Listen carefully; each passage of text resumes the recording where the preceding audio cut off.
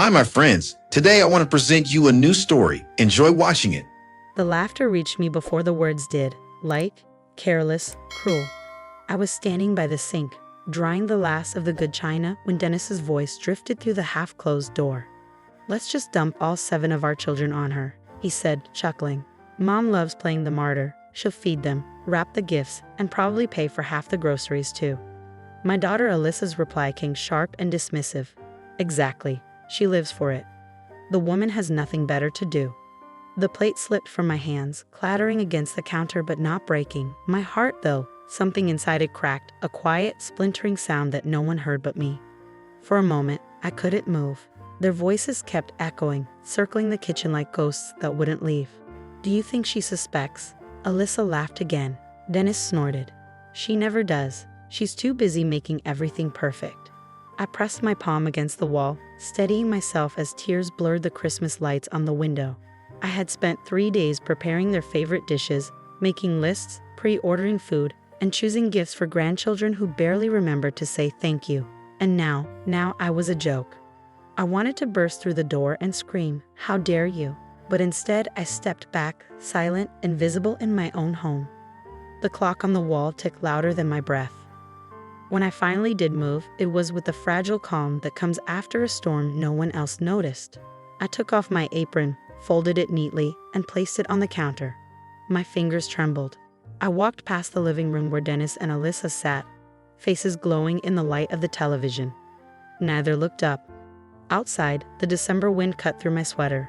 My eyes stung, not just from the cold but from the sudden, brutal clarity. I wasn't family. I was convenience. As I reached the car, my phone buzzed, a message from Alyssa. "Mom, don't forget to order that expensive ham Dennis likes." I stared at the screen until my vision blurred, then locked the phone and whispered to the night, "Not this year." The words felt foreign at first, but they were mine. The first ones I'd spoken for myself in years. And in that frozen driveway, I felt the first flicker of something I'd long forgotten. Freedom, fragile and trembling, but alive. The next morning, I sat at the dining table, a cup of cold coffee trembling between my hands. The house was silent, too silent. The decorations I'd hung with such care now looked like mockery, bright colors framing the ruins of something I couldn't name. I pulled a notepad toward me. It had once been my grocery list book. Today, it became my reckoning.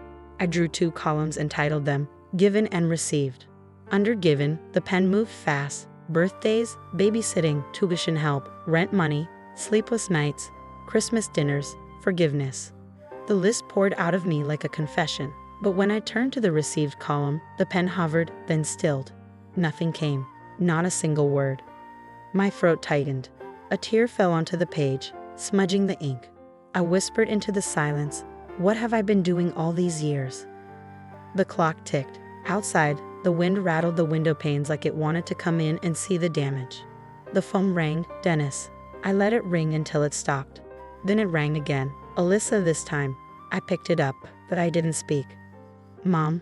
Alyssa's voice was sharp. "You haven't confirmed the catering yet. Did you forget?" "I didn't forget," I interrupted softly. "I just remembered something instead." "What's that supposed to mean?" "That I'm tired of being useful instead of loved." There was silence, then a huff. "You're being dramatic again, Mom." The line went dead. I looked down at the notebook. 2 columns, one overflowing, one empty. My whole life summarized in uneven ink. I tore out the page, folded it carefully, and slipped it into my wallet. A reminder, I thought, a promise. That night, as I sat by the window, I wrote new words beneath the columns. I want to be invited, not assigned. Seen, not used. For the first time in years, I allowed myself to cry, honest, shaking sobs that washed something clean inside me. The morning I made my decision, frost covered the front porch like thin glass. I stood there, suitcase in hand, watching my breath drift away into the pale sky.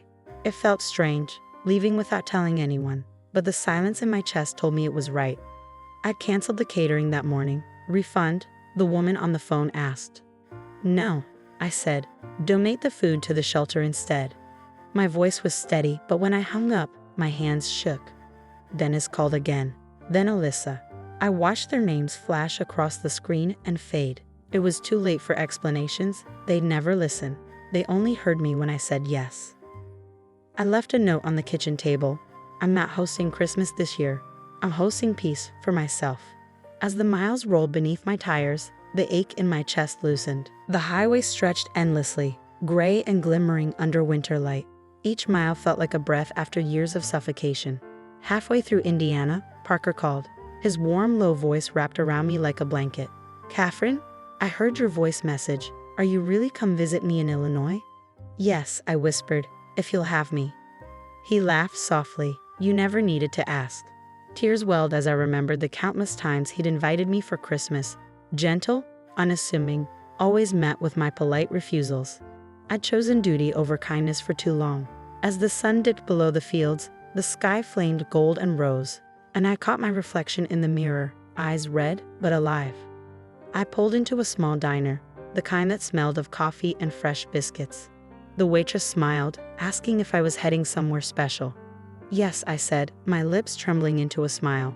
"I'm heading toward myself." Outside, snow began to fall softly, like a benediction on a road finally leading home. Parker's ranch stood quiet under a crown of snow, its windows glowing like lanterns in the dusk. When he opened the door, the scent of pine and cinnamon drifted out. No shouting, no chaos, just peace. "You made it," he said softly, taking my suitcase. "I was afraid you'd change your mind." "I almost did," I admitted, stepping into warmth that felt like forgiveness. That night, we decorated a small tree together. Nothing grand, just handmade ornaments and a single golden ribbon. Parker poured cocoa into 2 mismatched mugs. "No rules here," he said, "just breathing." I smiled, realizing how long it had been since I'd done that. Christmas morning came quietly. We fed the horses, watched the sunrise melt the frost, and ate pancakes by the window. For the first time in decades, no one was demanding, calling, or criticizing. I felt the ache of absence, but it wasn't pain. It was peace in disguise. Then the phone buzzed. Dennis's name again. I hesitated but answered. His voice was sharp. "Mom, how could you just disappear? The kids cried all morning. Alyssa's furious. You ruined Christmas." My hands trembled, but my voice stayed calm. "No, Dennis, I just stopped ruining mine." "You're being selfish," he shouted. "Maybe," I said, "but for once it feels right." A silence followed, long, heavy, full of things unsaid. Then the line went dead. I stared at the snow falling outside. Parker came up behind me, placing a hand on my shoulder. "You okay?" I nodded, tears blurring the world into silver light. "Yes," I whispered. "I think I finally am." That night, the stars seemed closer than ever. For the first time, Christmas didn't feel like a burden I carried. It felt like a gift I had given myself. Spring came softly to Illinois. The snow melted into ribbons along the fence, and the air smelled of lilacs and new beginnings. I spent my mornings at the community center, helping children paint clay hearts and birdhouses. No one called me Mom, can you? Anymore, and the silence felt like music. Parker would wait by the porch when I returned, 2 cups of tea steaming between his hands. "You've stopped looking over your shoulder," he said once, smiling. "I stopped expecting someone to call my name only when they needed something," I replied. We were happy together with Parker, and we began to realize that we were made for each other. In 3 months, we married beneath the oak tree behind the barn, simple, quiet, beautiful. No grand speeches, no strained smiles. Just 2 people who'd both learned that peace is not given, it's earned. Months later, a letter arrived from Dennis. It read simply, "I understand now. I'm sorry." I folded it, placed it in my journal, and felt no bitterness, only closure. That evening, Parker took my hand as we watched the sunset bleed into gold. "Do you ever miss the noise?" he asked.